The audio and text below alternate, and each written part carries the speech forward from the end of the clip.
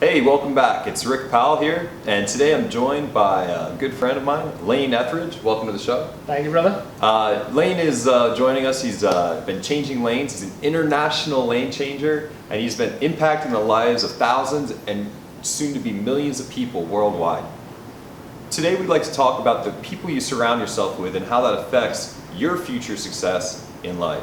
You become the average income of the 5 closest people you hang out with, or is said. Lane, can you go ahead and explain your personal story of how you've surrounded yourself with winners and how it's affected your life? Yeah, well, the first experience I had in that when I moved out here, I had no job, no income, and no network whatsoever. Mm-hmm. And I decided that I was going to caddy at Rancho Santa Fe.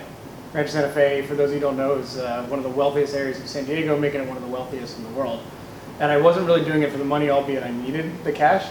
It was because they were paying more money to join a club than I'd ever made in my entire life. Just for the ability to join the club, right? Mm-hmm. And so I was like, I want to be around those types of people. So I carried the bags for them just so I could associate with people who had what I wanted. And that was really my first experience. And then when I sat down with my first mentor that still mentors me today, without knowing me, he looked at me and said, you got to change your associations. And honestly, Rick, I was offended. I was like, you don't know who, like, how can you tell me that when you don't even know who I am? Little did he know that I was drinking in Pacific Beach most nights, and he was exactly right. And his purpose wasn't to judge me, it was to let me know that it's more powerful than we really know. Yeah. So can you give our viewers out there something they can take action today on to impact their lives?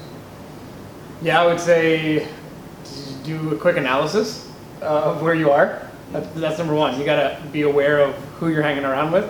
Are they serving you or are they hurting you? If they're serving you, then continue hanging out with them. If they're hurting you, it may be something that you need to look at and say, this isn't going to be who I need to be with to get where I want. Now, the one thing that I will say that's, you can still have those friends. Mm-hmm. When it comes to business, when it comes to relationships, when it comes to your faith, when you want to improve, you got to be around people that are going to help you improve. Doesn't mean you have to disown the people that don't serve you. Just understand when you go hang out with them, you're going to hang out with them for fun. Exactly. Or whatever it is. So you got to make the association, decide what you want, figure out who you're hanging out with, and surround yourself and change the associations you have based on what your goals are in that area of your life. Yeah, excellent. Well, thanks again for coming on, and wish you all the best and take care.